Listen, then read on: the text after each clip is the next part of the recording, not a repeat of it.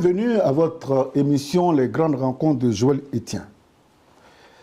Nous ne sommes pas dans notre studio. Et pour cause, la personnalité qui nous reçoit aujourd'hui nous donne une exclusivité quasiment mondiale.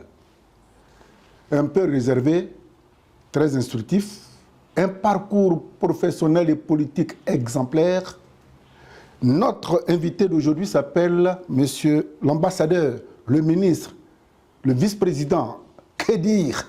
Il y en a tellement que lui-même tout à l'heure, quand on va le présenter, il nous dira qui il est, qu'est-ce qu'il a fait et pourquoi il a fait. Il s'appelle Edjampan Tiemle Amoakon. Je ne sais pas si j'ai bien agencé alors, son nom. Si on peut. Oui, donc bonjour, monsieur, excellent monsieur l'ambassadeur, monsieur le ministre. Comment allez-vous? Ça va. Alors, présentez-vous. Mon nom, c'est Bois Tiemle Amoakon Edjampan. Bois. Respecter. Bois Tiemle Amoakon Edjampan. Voilà. Ah, mais pourquoi bon, c'est. Les gens, ils ont récupéré Edjampan Tiemle, Edjampan Tiemle. C'est ça qui est plus facile.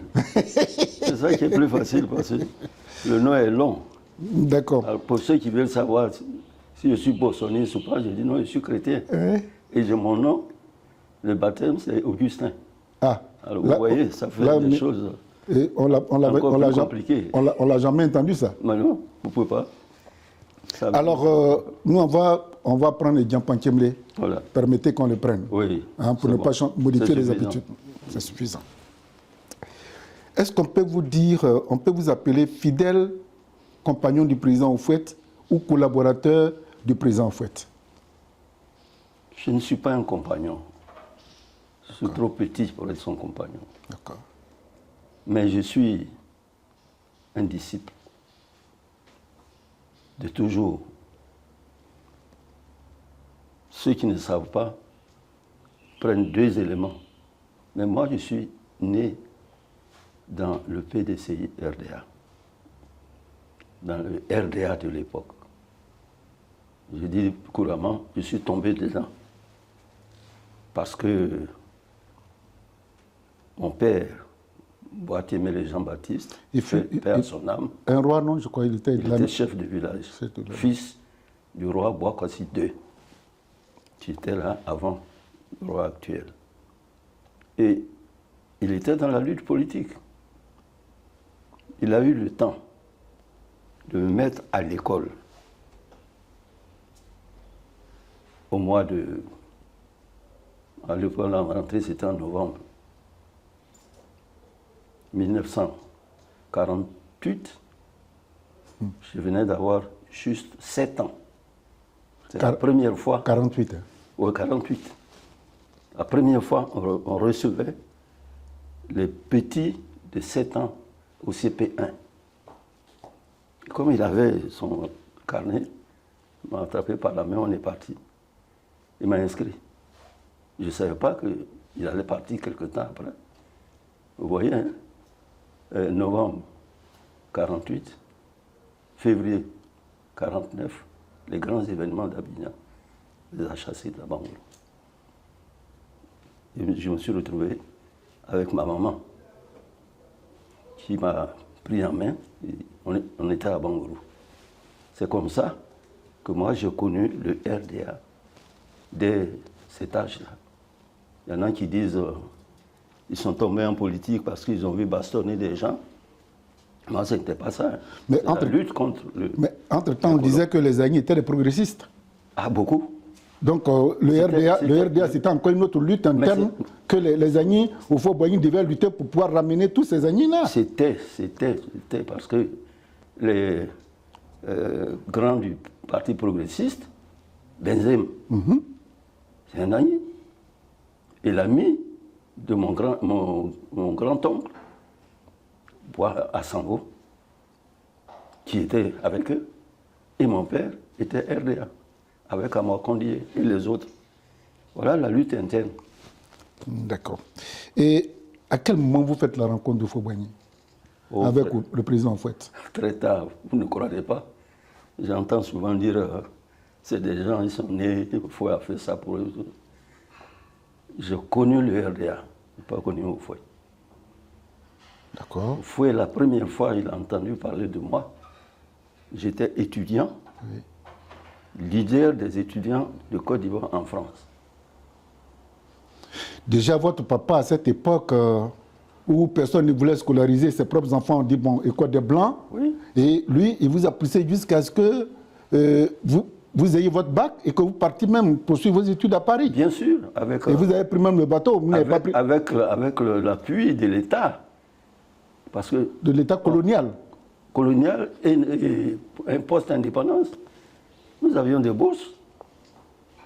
J'ai fini mes études primaires, secondaires, ici en Côte d'Ivoire. Et c'est au début de l'indépendance, c'est nous qui avons ouvert le centre d'enseignement supérieur d'Abidjan, qui est devenu l'université. Le plateau qui est là, c'est nous qui avons fait le défrichage pour faire le premier campus. Et j'ai fait mes 2 premières années d'université ici à Abidjan.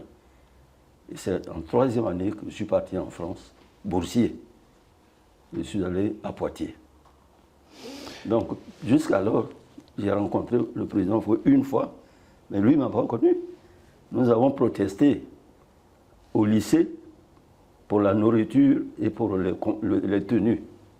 Il nous a reçus, Premier ministre, dans la résidence où est habité le président Bédier. Il nous a reçus vraiment chaleureusement, on a mangé, on a bu. Et c'est là que je l'ai vu pour la première fois. Ouais.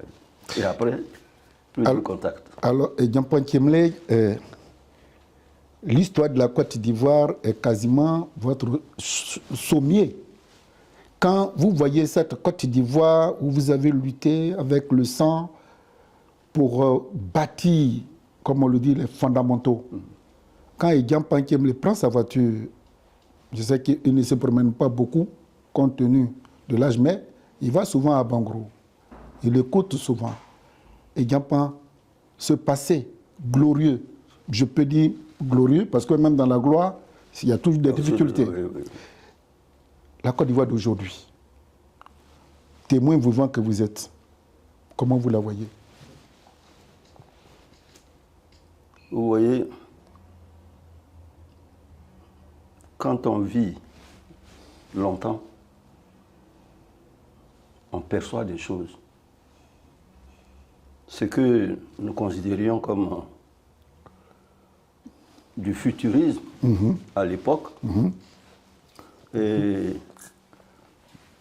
pas ce que vous croyez. Mais il a fallu que des visionnaires, les compagnons du président Houphouët et le président Houphouët lui-même posent les bases de quelque chose de grand que nous ne pouvions pas deviner. C'est ça. C'est à ça que nous avons adhéré, nous les jeunes de l'époque, pas pour des raisons personnelles. Et quand nous avons pu nous rapprocher du RDA de l'époque, on était de la FEANF, la Fédération des étudiants d'Afrique noire. Qui avait sa base en France. En France. Ça s'est prolongé en Afrique aussi. Ça se trouve partout. Mais nous, on était entre-temps montés en France. Il y avait l'UGC, qui était une branche de la FEANF, etc. Là, ici, enfin, tous ces mouvements qui bouillonnaient, nous étions en fait les enfants du RDA. Mais quand l'évolution a fait que la politique du président Houphouët l'a amené à se replier un peu sur lui-même pour éviter la catastrophe qui s'annonçait, nous n'avons pas compris. Nous croyions que c'était le refus de l'indépendance. Et d'où les palabres qu'on a eues, qui ont fait que beaucoup se sont mis en retrait pour gérer autre chose. Mais ce n'était pas des affaires d'individus. C'était parce que nous avions le sentiment que la lutte émancipatrice commencée par le RDA était en train de se perdre. Voilà. Et fort heureusement, les choses se sont un peu accélérées avec l'arrivée du général de Gaulle en France et l'adhésion du président Houphouët à la politique d'évolution que le général de Gaulle avait mis en place. Alors, le doyen Yapantiemle, quand on préparait cette émission, votre rencontre, on dit que vous fûtes le canal par lequel le président Houphouët avait rencontré sa première épouse, qui serait votre tante. Aujourd'hui, quelle est la version que vous donnez à cette je ne sais pas si je peux appeler ça une fable ou bien une anecdote. C'est vous qui avez mis madame, la première femme de Fouet en contact avec Houphouët pour que... Quel âge je devrais avoir? Moi, je suis né en 41. Ils se sont vus dans les années 30. Donc, je n'avais rien à voir dans cette affaire. C'est trop petit. Peut-être mon père, parce que lui, il était déjà là, avec le roi. Mais c'est notre tante. Ami Kadi, la cousine de mon papa. Elle nous a tous bien accueillis. On a toujours été avec elle. Et oui, son départ nous a un peu affectés parce que c'est pas comme ça qu'elle devait partir. C'est une grande dame. Elle s'est sacrifiée pour son mari et pour ses enfants. Ça, beaucoup de personnes ignorent ça. Et aujourd'hui, je peux le dire ouvertement, je l'ai découverte progressivement quand je l'ai approchée. Et je vous donne un exemple. Quand je suis rentré en 90 de Chine, où j'étais en mission, que le président Houphouët m'a dit de venir parce que ça ne va pas au pays, c'est elle que je suis allé voir la première. Ma mère, voilà, le président m'a appelé, mais elle m'a fait pendant 3 jours un cours d'histoire politique du PDCI RDA que personne n'a pu faire encore à ce jour. J'ai tout enregistré. Donc vous êtes un vrai sachant. Et elle n'a jamais rien demandé. Mieux, avant sa mort, je suis allé la voir parce que, et vous devez le savoir, le président Houphouët lui avait réservé une place dans le caveau de Yamoussoukro. Elle m'a appelé. Dit, vous les enfants d'Houphouët, là, quand on vous parle, vous n'écoutez pas, vous n'écoutez que votre papa. Moi, je ne vais pas à Yamoussoukro. Faites tout pour que je ne sois pas enterré à Yamoussoukro. Je suis aussi princesse de l'Indénié. Vous voyez l'ambition? Oui. Et allez convaincre le président pour dire que la mère de vos enfants préfère qu'on l'enterre dans le caveau familial de chez elle, mais pas à Yamoussoukro. Il fallait avoir le courage. Hein. Et c'est Diampoin qui était chargé. Beaucoup ne pouvaient pas comprendre. Mais c'est Diampoin qui était chargé d'aller transmettre le message. Et les autres ne pouvaient pas comprendre. Alors vous arrivez, vous trouvez le président. Pour simplifier même. Hein? J'arrive, on me dit, maman Kadi est décédée, on va la décorer. Elle m'a dit, je n'ai jamais accepté de décorer, c'est pas à ma mort. Priez pour moi. Bien. Je m'arrête là. D'accord. Alors, la rencontre avec le président Houphouët, pour qu'il vous égrène tout ce chapelet professionnel, diplomatique, politique, et vous êtes resté fidèle, malgré les vicissitudes, fidèle au PDCI RDA. Cette première rencontre, en deux mots, comment ça s'est passé et comment vous l'avez vécu? Je l'ai vécu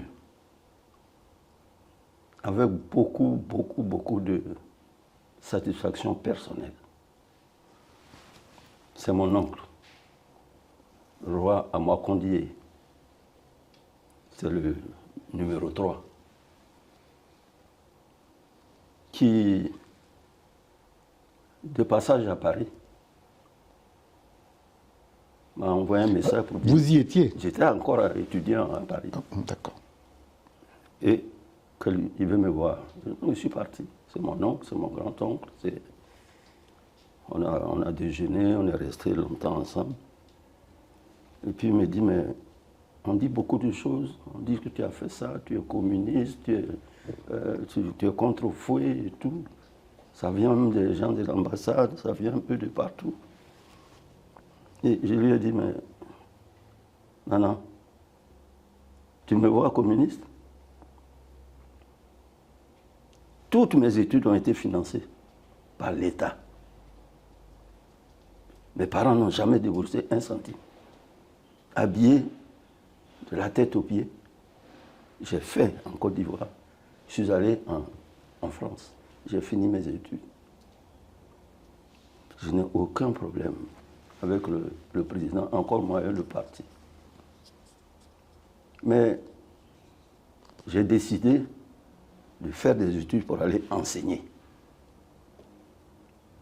Un jour, on nous a approchés pour nous dire vous êtes quelques-uns que le consulat en France, M. Diouf, pour ceux qui sont un peu informés, a sélectionné et a proposé. Est-ce que vous êtes intéressé? Je dis, mais c'est pour ça que je veux faire mon doctorat. Mais dans ce cas, on envoie les dossiers.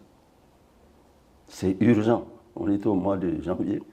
Il y a des chances qu'en mars, avril, vous soyez pas au pays pour être assistant à l'université. J'attends jusqu'en mars, rien. Un jour, je vais voir Guillaume, il me dit, ah, mon ami m'a envoyé, je n'ai pas eu de retour. Et je vais révéler quelque chose que beaucoup ignorent, mais ceux qui étaient au courant ne sont plus là. Mon ami et frère, Oba Albert, qui est décédé il n'y a pas longtemps, paix à son âme, était au cabinet du ministre de l'Éducation nationale de l'époque. C'est quoi même, il était le directeur du cabinet. Il vient à Paris, au moment où on était dans cette attente, et il m'appelle. Donc je vais le voir. Nous déjeunons. Et puis, j'ai dit, mais mon frère, et notre dossier.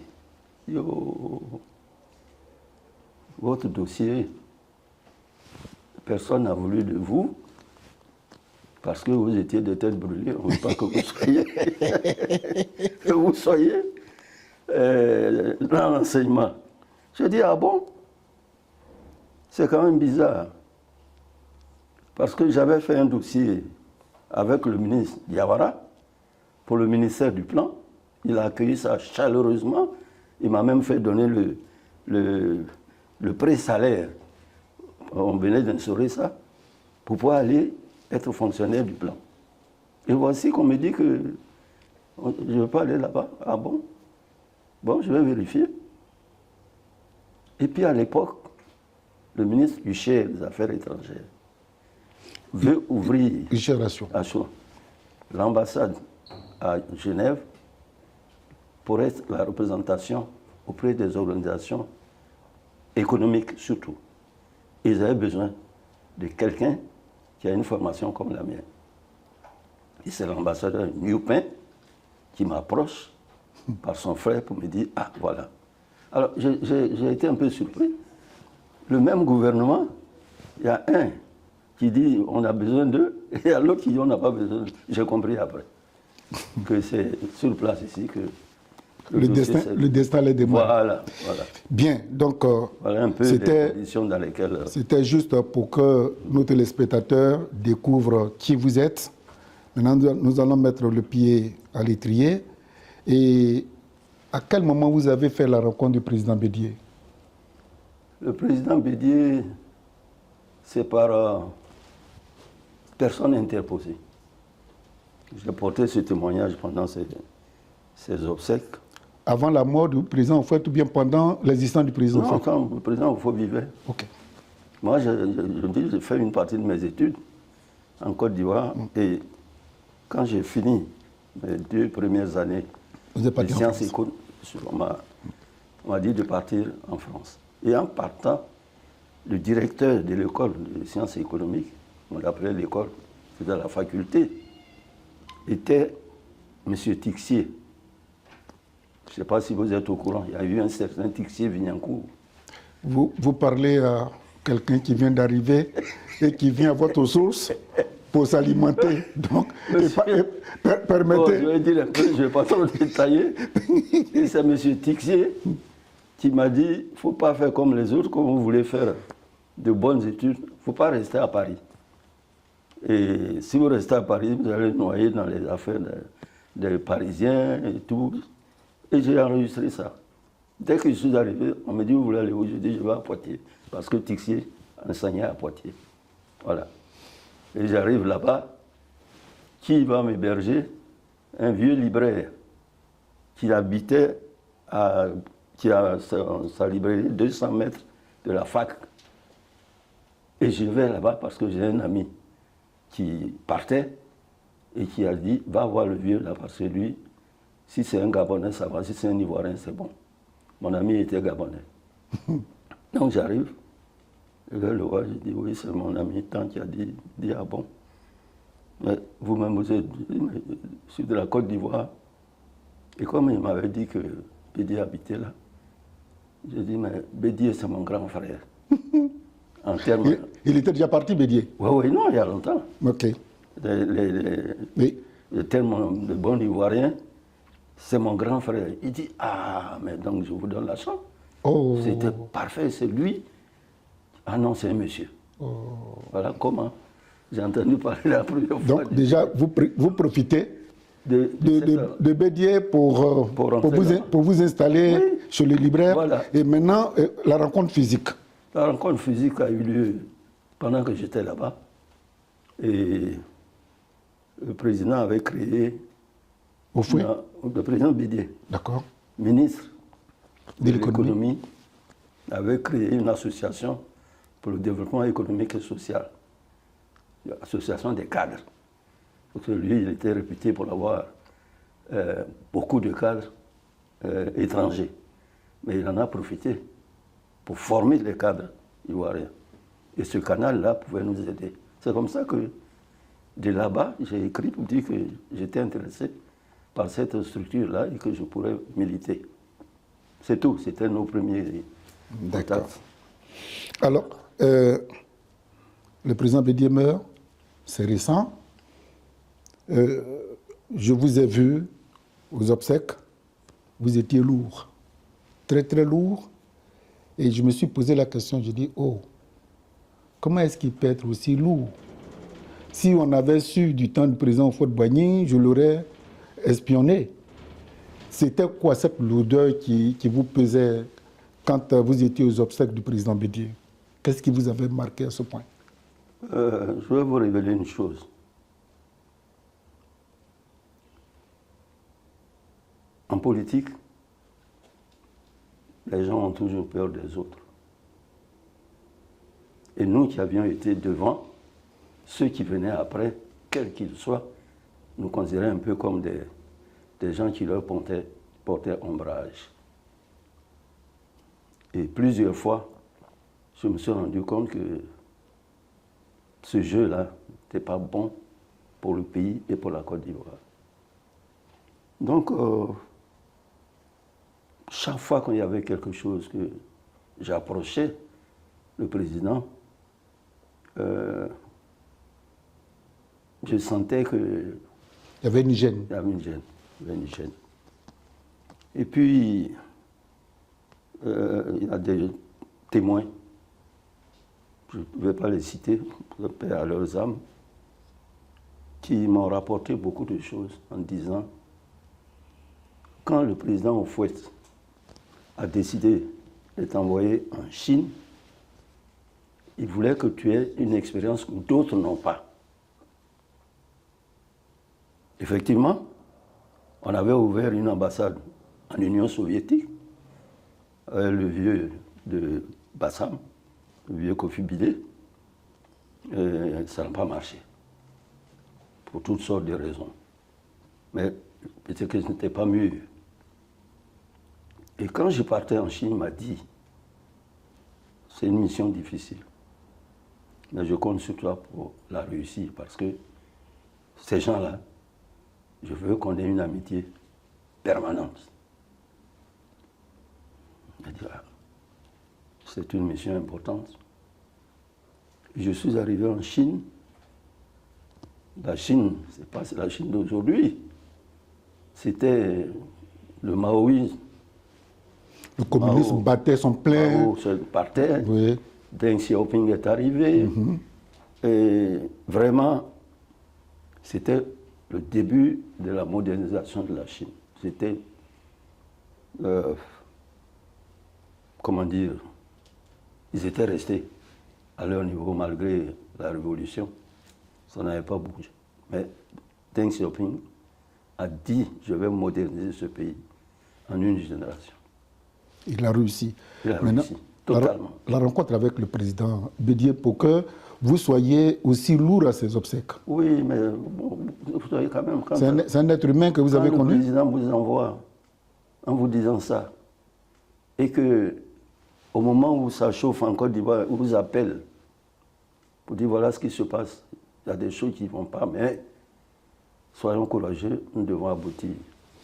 Et que, je le dis aujourd'hui, je vous demande d'aider Bédié. Le terme du président. Vous vous complétez et vous pouvez travailler ensemble. Donc, c'était depuis longtemps, mon grand frère. Donc, depuis longtemps, tout le monde savait que, après le président, c'était le président Bédié qui le préparait pour sa succession. Bon, mais c'était ça. D'accord. J'étais là. Le président Bédié meurt, et pour ne pas abandonner le PDCI, vous procédiez à une élection. Et c'est le jeune Antidiam Thiam qui est élu président. Vous étiez, en ce moment précis, dans les acarnes de cette préparation pour passer le témoin à Thiam. Oui. Bon, quel était votre rôle? Les gens ne comprennent pas tout. Ils ne comprennent pas tout. Mamie Kadi, ma tante, est une sot par son père. Et Agni Ndenia par sa maman. Nous avons considéré que la famille du président Houphouët-Boigny, Yamoussoukro, et notre famille sont des familles alliées. J'ai considéré la venue de Thiam comme un retour aux sources et que nous avions, nous, de l'indénier comme mission de l'aider. Comment on peut l'aider si ce n'est par nos pratiques traditionnelles? Et c'est moi qui ai pris l'initiative de faire en sorte que Thiam soit accepté par la Cour royale et que la Cour royale le bénisse dans sa mission. Voilà ce que j'ai fait. Donc, ceux qui disent que le PDCI est un parti tribaliste, ils ont raison. Non? Pourquoi? Mais ils disent que bon... Il n'a pas le droit d'appartenir à une famille. Moi, je vous rapporte ce qui se dit. C'est des gens qui ne savent rien. C'est des méchancetés. Gratuites. On dénie même à son père la nationalité ivoirienne. Mais M. Thiam était ici avant l'indépendance, journaliste. Il a travaillé en Côte d'Ivoire, à Radio Côte d'Ivoire. Et c'est là-bas que Houphouët j'allais dire, déniché, découvert et tout. Et en même temps, il a convolé en juste noces avec la nièce d'Houphouët. Vous voulez faire quoi encore? S'ils n'ont pas le droit d'afficher leur affiche. Alors, Thiam est là aujourd'hui. Il est arrivé, moi j'ai fait ce que je pouvais faire pour mettre les choses en ordre de bataille. Chez nous, ça compte. La bénédiction de la famille. C'est des gestes simples. Cette bénédiction que vous lui avez faite, c'était par rapport au PDCI. Mais est-ce que c'est par rapport aux autres ambitions à venir que vous l'avez béni? Mais le PDCI, c'est quoi? C'est un parti politique. Mais qui veut faire quoi? Qui veut accéder au pouvoir, qui l'a perdu depuis longtemps. Il a perdu. Et on a la chance d'avoir un atout à travers cet enfant. Et vous voulez qu'on le laisse? Rien encore de... Et donc, il a eu le soutien total de ce côté-là, avec mon appui. Ok. Rien n'a encore commencé, mais déjà, les gens lui Bion disent, bon, écoutez, nous, votre histoire de Thiam, nous ne sommes pas dedans, nous sommes PDCI, nous irons à la conquête du pouvoir d'État, même si Thiam compte y aller. Est-ce que vous ne sentez pas qu'il va y avoir des embrouilles quelque part quand les choses seront clairement définie. Vous savez, on a fait ce travail et on se connaît dans ce pays. C'est-à-dire quoi? Et c'est ce que chacun peut apporter. Quand vous dites on se connaît dans ce pays, oui. Ça veut dire quoi? Ce que chacun peut apporter. D'accord. Monsieur Etienne, vous, ce que vous faites là, tous les Etienne ne peuvent pas le faire. Ce que moi je peux faire, d'autres ne peuvent pas le faire. D'accord. Et puis, à mon âge, oui. Je suis arrivé avec la chance d'avoir encore un peu de santé. Je n'ai jamais voulu me dérober. D'accord. Je n'ai jamais voulu me dérober. Par contre, je n'ai jamais voulu revendiquer. Quand on me traite de tous les noms, j'accepte. Quand on me fait des vacheries, j'accepte. Parce que je sais que mon destin n'est pas de servir des individus, servir mon pays. Le PDCI-RDA aujourd'hui est un parti qui veut s'organiser pour la reconquête du pouvoir d'État qu'il a perdu en 1999 et qui n'a pas pu jusque-là donner les raisons pour lesquelles ce pouvoir, il l'a perdu. Monsieur Diampan Kemle, vous qui êtes un des réservoirs, voilà le PDCI. Qu'est-ce que vous avez à dire d'abord au logo du PDCI et à tous ces milliers de militants? Beaucoup sont partis au RHDP. Aujourd'hui, vous êtes là. Qu'est-ce que vous pouvez dire à tous ces milliers de militants pour les rassurer ou pour les décourager, pour qu'ils partent ou bien pour qu'ils reviennent? Et s'ils reviennent, comment ils doivent mettre la machine en marche pour que vous soyez homogène et que de votre vivant, vous dites enfin, ils sont partis, je suis resté, voilà le PDCI qui est au pouvoir. C'est une lourde mission, M. Diampan Kemle. Oui. Et je voudrais partir de vos propos pour dire que nous sommes tous des individus avec nos valeurs, nos égos, nos savoir-faire, nos savoir-être, tout ce qu'on possède. Mais pour un pays comme le nôtre, moi, mon avis personnel, il faut surtout que nous soyons disponibles pour le pays. Et vous pensez que beaucoup ne le sont pas? Heureusement pour nous, beaucoup le sont. Beaucoup ne le sont pas. Mais on finit par se connaître. Et quand j'entends des propositions telles pour telle personne, telle pour telle, je n'adhère pas. Moi, je suis, vous voyez, depuis le président Houphouët, quand je suis revenu de Chine, que j'ai commencé à travailler avec le président Houphouët, j'ai compris beaucoup de choses. Dès que vous ouvrez la bouche, non, telle est pour telle personne, telle est pour telle personne. Donc, moi, alors, je ne suis pas entré dans ce schéma. Monsieur Diampan Kemle, le PDCI perd le pouvoir.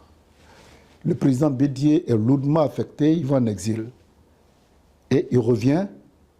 Au lieu que le PDCI s'organise pour la reconquête de ce pouvoir qu'il a perdu, il signe une alliance avec les autres partis pour fermer le RHDP. Est-ce que le président avait une vision juste d'aller dans cette union, selon vous? Mais ce n'est pas lui qui est allé. Ce n'est pas lui. J'étais à Accra.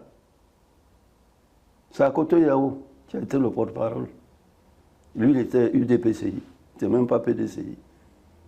Qui a dit au président Bédié, ah, grand frère, c'est toi l'aîné de tous les enfants du fouet qui sont là, y compris Ouattara, y compris, enfin tous les autres.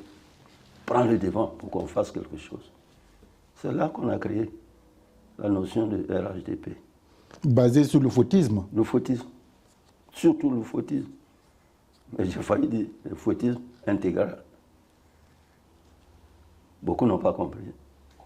Mais c'était sain. La seule chose qu'on a... C'était sain. C'était sain. A-I-N. La seule chose qu'on n'a pas pris en compte, on n'aurait jamais dû mettre le nom du Fouet dans le parti, dans ce mouvement. Donc, à vous entendre, c'est comme si ce mouvement a souillé l'esprit du fouet. Je ne dis pas, mais ça n'a pas été ce que nous souhaitions. C'est galvaudé. Voilà. Et puis après, on est tombé dans des troubles, machin, tout ça. Se dit ou fouettiste. Non. Le fouettisme contient des valeurs, un contenu, une doctrine. Au fond, il a toujours dit, hein, mon cœur est trop petit pour y insérer encore de la haine. La haine n'est pas au fautisme. La Côte d'Ivoire n'a pas d'adversaire, n'a pas d'ennemi. Nous sommes diplomates. Nous savons ce que nous avons fait pour la Côte d'Ivoire. Même quand c'était difficile. Mais on n'a jamais voulu avoir des ennemis.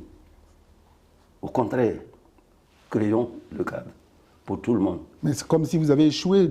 Vous avez échoué. Ce côté-là n'a pas été. Ce côté-là, vous l'avez échoué. On n'a pas échoué, mais on l'a mal interprété. Il faut savoir gérer ces choses-là. Et puis, à un moment, on a parlé d'ivoirité, qui a été aussi un concept mal interprété pour dire, bon, vraiment le PDCI porte une lourde responsabilité. Vous avez tout dit. Personne n'a voulu, encore moins le président Bédié, de faire de l'ivoirité un instrument contre d'autres Ivoiriens. Jamais. Ce n'était pas dans son esprit. Et moi, j'étais malheureux parce que j'étais encore à l'Assemblée.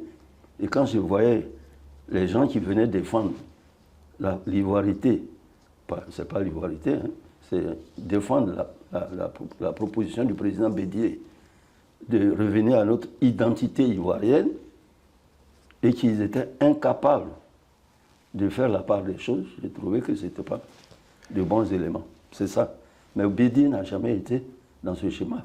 D'accord. Voilà.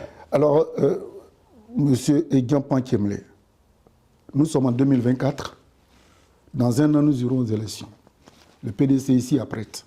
Mais les propos qui sortent des différents camps politiques, est-ce que Egyan Pantiemle s'est dit, bon, ça va aller? Ou bien est-ce qu'on a tiré les leçons de nos parcours douloureux, où on s'en va? Parce que pour que le coup de poing arrive, c'est la parole qui encourage le coup de poing. Comment vous voyez, quand vous entendez tout ça, dans quel état d'esprit Egyan Pantiemle se trouve? À deux niveaux. Le PDCI et ses cadres, après cette traversée du désert, n'ont plus les moyens de faire face aux enjeux. Il faut qu'on soit convaincu de cela. Vous avez vu aux obsèques du président Bédié? Les cadres, ceux qu'on appelle cadres, qu'on appelle tous les jours, aller à Daoukro, aller ici, aller à Pépresso. Mais au fur et à mesure, ils disparaissaient. Ils n'avaient plus les moyens de suivre le rythme. C'est une réalité, ça. Tout ce qu'on veut faire là, si on ne tient pas compte de ça, on va échouer. Mais la deuxième chose, le pouvoir, c'est le parti qui est implanté partout. Le pouvoir se reconnaît à travers une personne. Il faut que le président soit partout, qu'il soit vu. Moi, dans ma région, quand j'étais candidat au conseil général, les gens ne savaient pas, ils me connaissaient. Mais il y a des villages où on ne m'a jamais vu. Je me suis imposé le devoir de passer partout. Ça m'a pris presque 2 mois pour qu'on me voie, pour dire c'est moi. Mais vous allez le faire pour Thiam? C'est ce que je demande qu'on fasse. Ah, c'est ce que vous demandez qu'on fasse. Bon. Mais il se trouve qu'il y a des zones de non-droit, des zones interdites. Au nord, par exemple, déjà, quand le président Thiam est arrivé, certains cadres du RHD pour dire attention, il s'est fait passer pour un Thiam, voilà. Mais il n'est pas d'un autre. Voilà. Donc méfiez-vous de le recevoir. Tous les boubous sont blancs, mais ils ne sont pas portés de la même manière. Alors, quand vous entendez tout ça, Egyan Pantiemle, c'est des zélés. Il y a quelques-uns, on les connaît suffisamment pour ne pas les craindre. Ah ceux qui sont passés partout, hein, qui étaient avec le PDCI, ceux qui étaient avec le général Gueye, ceux qui étaient avec Babou même, etc. Ces gens-là, quand ils parlent, plus personne ne les écoute. Ils imposent leur voix par d'autres moyens. Ceux-là, ce n'est pas eux qui vont nous empêcher d'aller où on veut. Il n'y a pas de zone de non. Tout le monde. Vous avez vu dernièrement, il y a eu un truc à s'ouvrir. Oui, faire que. À faire qui? Oui. Ah, vous avez vu comment c'était? Oui. Moi-même, j'étais surpris. Donc, le Nord, ce n'est pas une zone interdite. Non, pas du tout. Ce n'est pas une zone acquise au RHDP. Pas du tout. D'accord. Alors, qu'est-ce que vous avez à dire à tous les militants du Nord? Parce qu'on a l'impression qu'ils ont une certaine pesanteur qui les empêche de se décider. Oui. Les Djampa Kemle. Il y a quelques-uns qui sont encore braves, courageux. Moi, je les connais. Je les reçois et je leur parle. Ils savent que l'esprit du fouet nous conduit à une victoire certaine en invoquant les valeurs réelles, pas en traficotant sur ce qu'on dit ou ce qu'on ne dit pas. Ceux-là, ils sont prêts à se lever. Et moi, je leur demande de se tenir prêts pour la bataille à venir, parce que ça ne sera pas facile. Et nous devons tout faire pour que, une fois que nous aurons commencé à expliquer les choses et que nous sommes prêts à aller devant, ils ne soient pas pris de court. Population du Nord, par le biais du doyen Djampa Kemle, qui me rassure que tout ce que nous entendons d'après le président Thiam, il ne faudrait pas que vous ayez peur, que tout ça c'est comme une tempête dans un verre d'eau. Le PDCI arrive, préparez-vous à le recevoir, il va vous dire un certain nombre de choses pour vous galvaniser, parce que le pouvoir d'État, c'est sur toute l'étendue du territoire que cela se fait. J'ai bien lancé l'appel. Merci beaucoup. Bien. Je ne suis pas militant du PDC, je suis un journaliste. C'est par rapport à mon entretien qui me permet... Alors, le doyen Djampa Kemle, aujourd'hui, quand vous êtes couché, avez-vous bien fait de vous mettre au service de la Côte d'Ivoire ou avez-vous mal fait de vous positionner depuis votre jeune âge jusqu'aujourd'hui, Djampa Kemle? J'aurais pu faire davantage. Il y a des regrets? Je regrette. À quel niveau? Parce que mon éducation m'empêchait de manifester les frustrations, les propos malveillants, les insultes. Je n'ai jamais répondu aux insultes. Mais si j'avais été à même d'assumer certaines responsabilités, je n'aurais pas fait comme ça. D'accord. Et c'est ce que je regrette. D'accord. Mais mes parents me connaissent. Ceux qui m'ont vu travailler me connaissent. Et chaque fois que j'ai l'occasion de dire ce que je peux dire pour que nous puissions avancer, je le fais. Ça ne fait pas plaisir à tout le monde. Oui. Mais vous avez un parcours, c'est tracé. Personne ne peut vous enlever de là. Quand j'ai choisi de faire de la politique, je l'ai fait parce que mon destin profond, c'était que les Africains rivalisent avec tous les autres du monde entier, puisque nous avons la même intelligence. Nous sommes des hommes comme eux.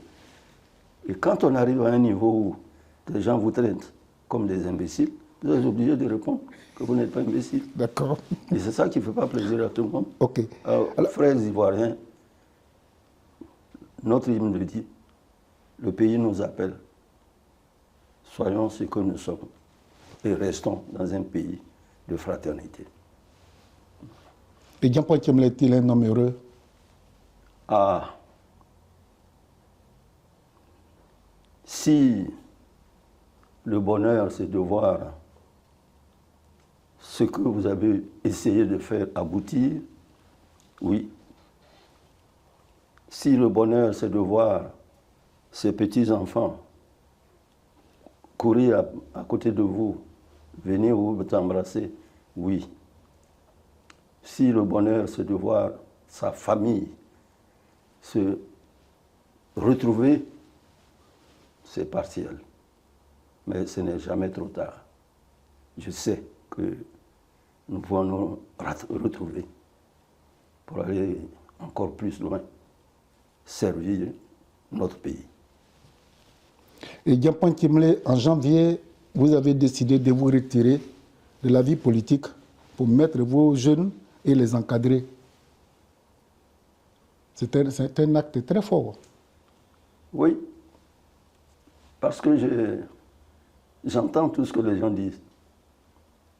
Quand je me battais pour que ça marche, on disait que je voulais être partout.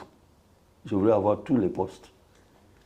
Quand j'ai préparé ceux qui pouvaient me remplacer et que je partais, ah mais lui aussi, pourquoi il nous laisse comme ça? Ceux-là, on ne les connaît pas. Mais vous allez les connaître. Ça m'a soulagé, parce que ça m'a permis de comprendre que chaque chose en son temps, quand vous avez fini, vous laissez la place à d'autres. C'est important, très important. Une retraite paisible, troublée, inquiétante? Oh, ma retraite est totalement paisible. À l'abri des besoins? Bien sûr. Il n'en a rien à cirer de ce que les gens...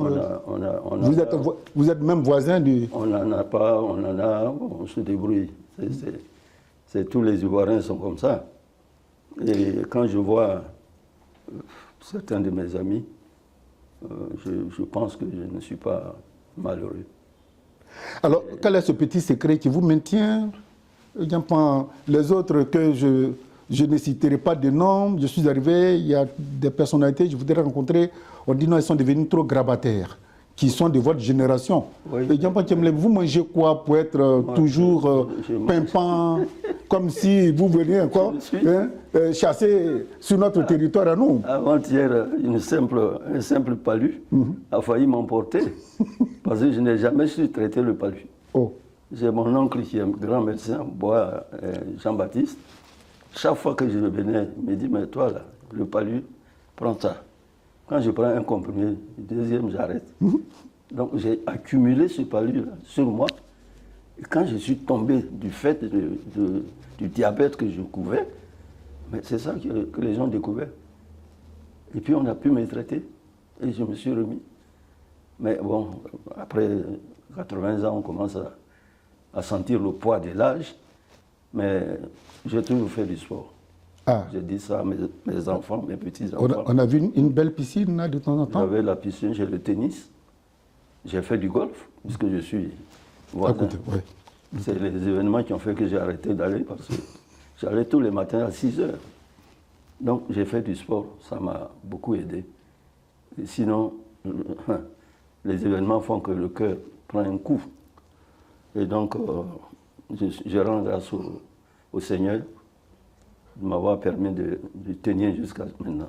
Doyen et Diampan Kimle, quel est ce message que vous pouvez livrer à la jeunesse ivoirienne il y en a qui vont mourir dans les eaux, oui. Parce que bon, le partage de richesse, ce n'est pas trop ça.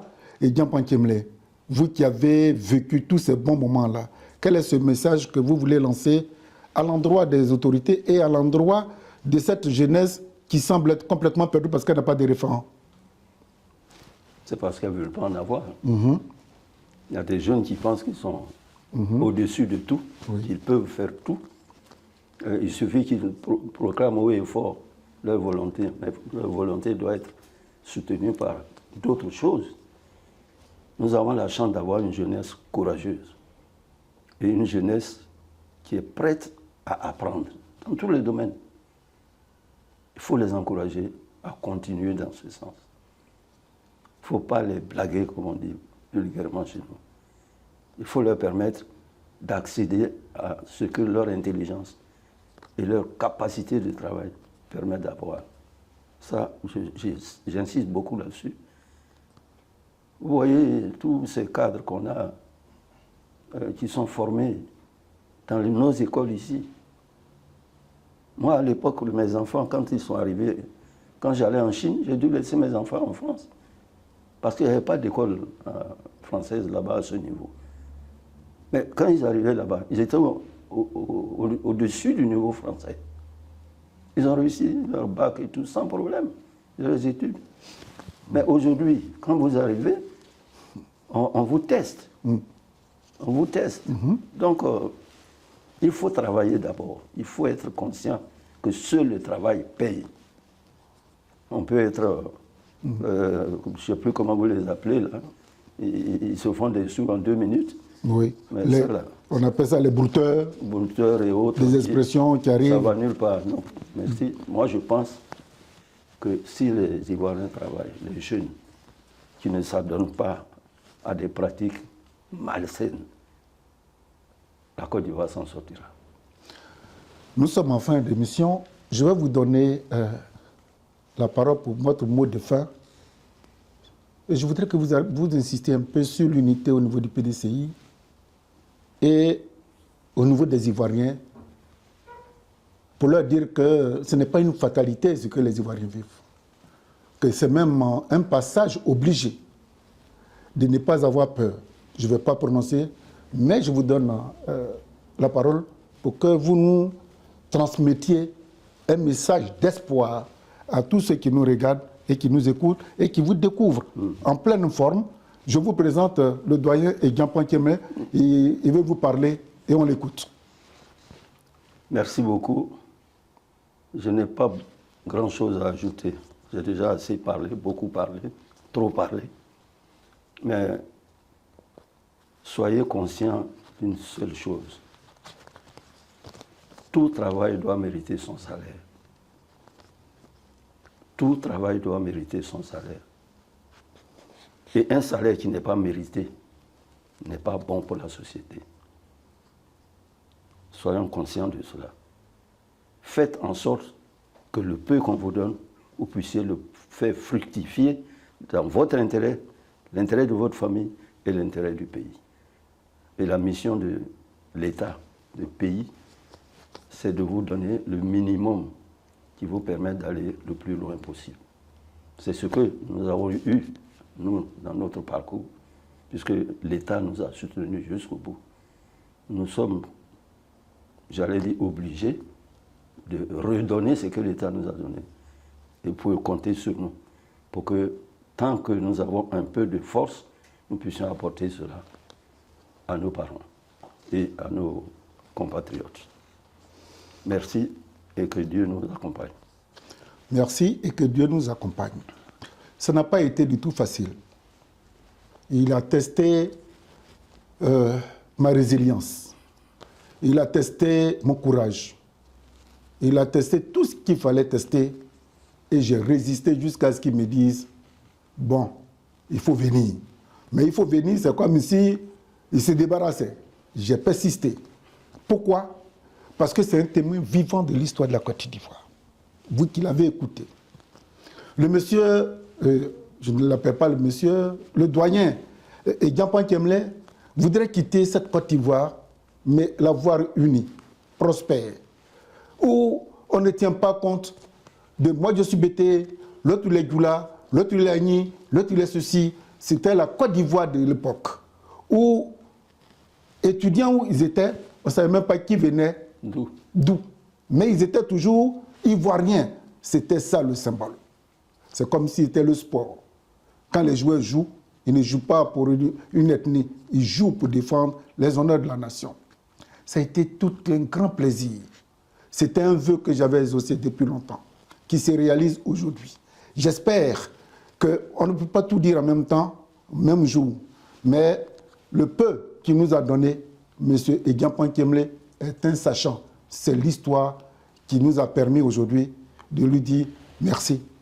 Tout en lui tendant, si je peux, dire merci au doyen Egyampong. C'est moi qui vous remercie. Merci d'être venu jusqu'à moi. C'est parce que vous l'avez autorisé. Vous m'avez attrapé. Il dit, allez, à vous, on vous dit merci et à très bientôt pour un nouvel invité des grandes rencontres de Joël Etienne. Merci aux techniciens, merci à Philippe qui a tout fait pour que nous soyons là aujourd'hui. PDCI, on me dit souvent, quand on dit PDCI, PDCI vivra. À vous l'antenne. Au revoir.